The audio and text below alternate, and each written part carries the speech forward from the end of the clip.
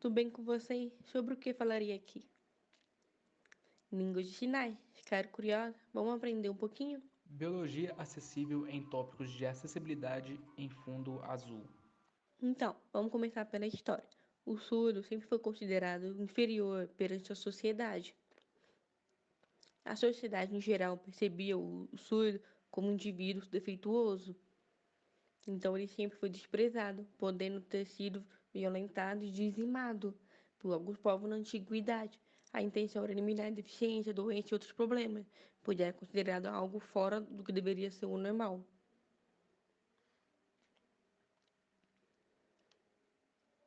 E quando que o surdo passou a ser considerado parte integrante da sociedade? Em 1755 apareceu o francês Charles Michel Lampe. Ilustração em preto e branco de homem branco idoso de toga à esquerda. Seu sinal é feito dessa forma. Ele conheceu duas irmãs surdas e percebeu que elas se comunicavam entre si com alguns gestos caseiros. Gestos caseiros seriam sinais que elas criaram entre elas para conversar. Outras pessoas não compreenderiam o que elas poderiam estar dizendo. Em qualquer lugar do mundo pode-se criar gestos caseiros, não importa se é surdo ou não. Os gestos são uma facilidade comunicativa. A partir desse fato, o francês teve uma ideia e chamou todos os surdos que viviam em Paris, capital da França, Pintura de Charles Lepé e um grupo de surdos sinalizando. para criarem uma forma de comunicação através de gestos, padronizando-os para o entendimento de todos, e assim criaram a língua gestual.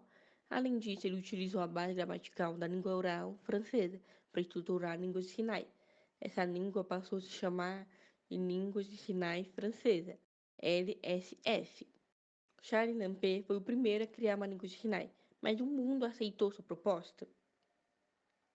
Não, houve muita resistência ouvintista, que dizia que o surdo precisava ser oralizado, proibindo o uso das mãos para se comunicar.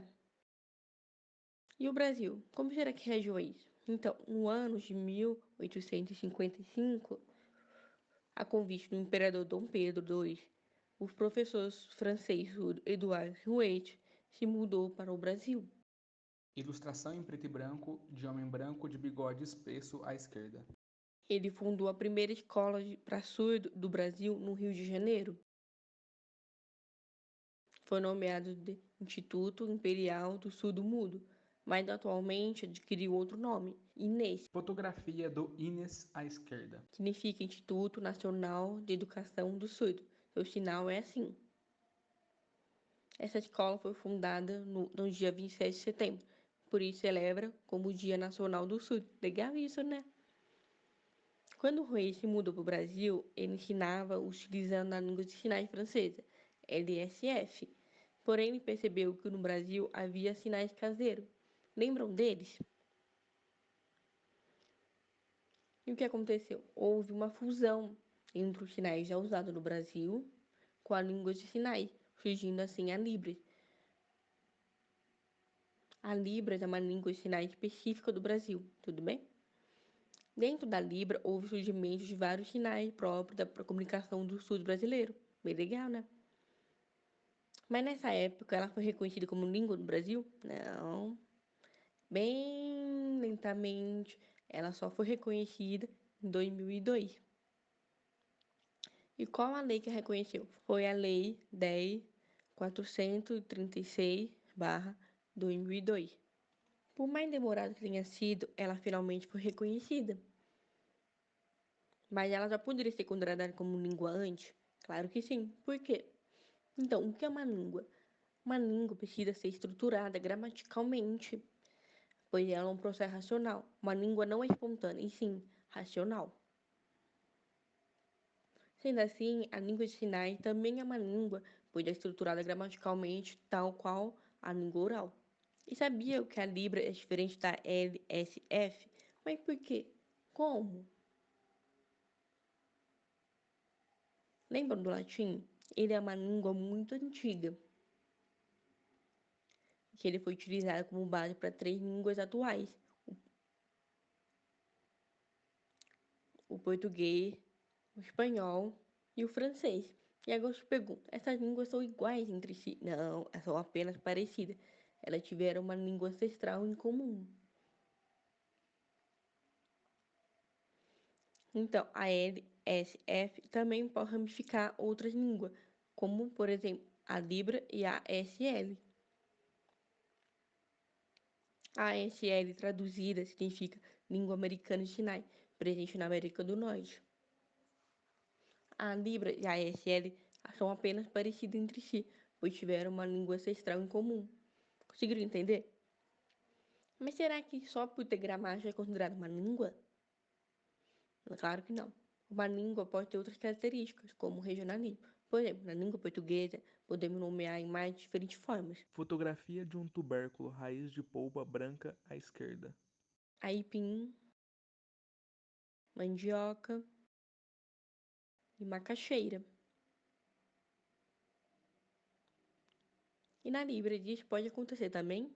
Claro. Por exemplo, sinal perto do queixo em Caveiras do estado de São Paulo. No Paraná é perto do nariz. No Rio de Janeiro é nas costas da mão. Viu que interessante? Mas isso não significa que a comunicação será mais difícil.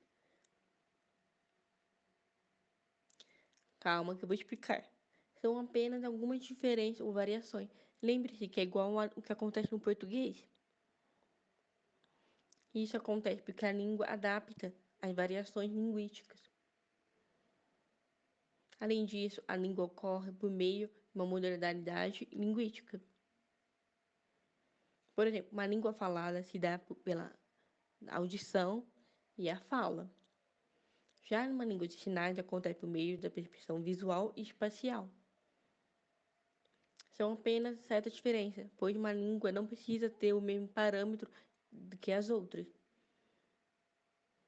Uma língua precisa de algumas características, como estrutura gramatical e adaptação linguística, por exemplo. Porém, muitas pessoas ainda não aceitam que Libra é uma língua, porque acreditam que isso seria o Pidgin. Que é isso? Esse termo é usado dentro do estudo linguístico para referir gesto momentâneo ou até mesmo mímica, que surge durante a conversação entre falantes de uma língua oral, que poderia ser esse gesto aleatório que eu estou fazendo. E o surdo simplesmente teria absorvido esse gesto para se comunicarem. Vamos analisar o gesto que fazemos com as duas mãos para formar um coração. Porém, na Libra, o sinal de amor é feito próximo ao peito. Outro exemplo seria te perguntar o que é um gato. Você poderia gesticular o bigode ou os pelos, ou fingir pegá-lo no colo. Já na Libra é apenas um sinal. E por que é importante destacar isso? Pois não acontece gesto figurativo ou mímica para tentar expressar o que quer dizer. Além disso, pode acontecer variação cultural sobre as coisas. Por exemplo, uma pessoa pode articular que um gato é um animal ruim ou trapaceiro, enquanto outra pessoa diria que ele é um fofo ou um carinhoso. Percebe que a diferença pode acontecer?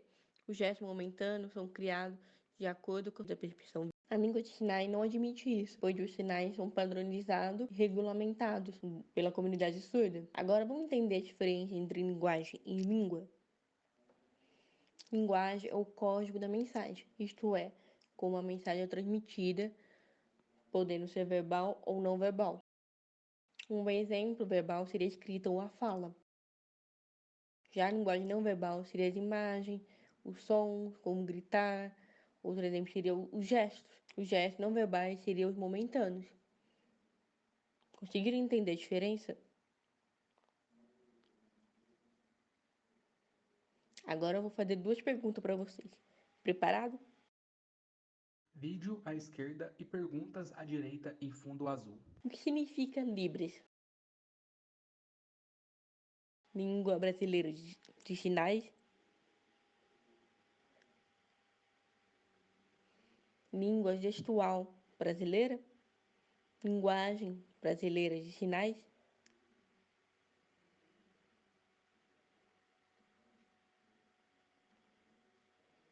Então, língua brasileira de sinais.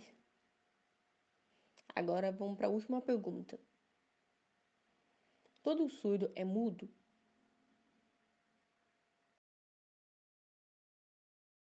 Não.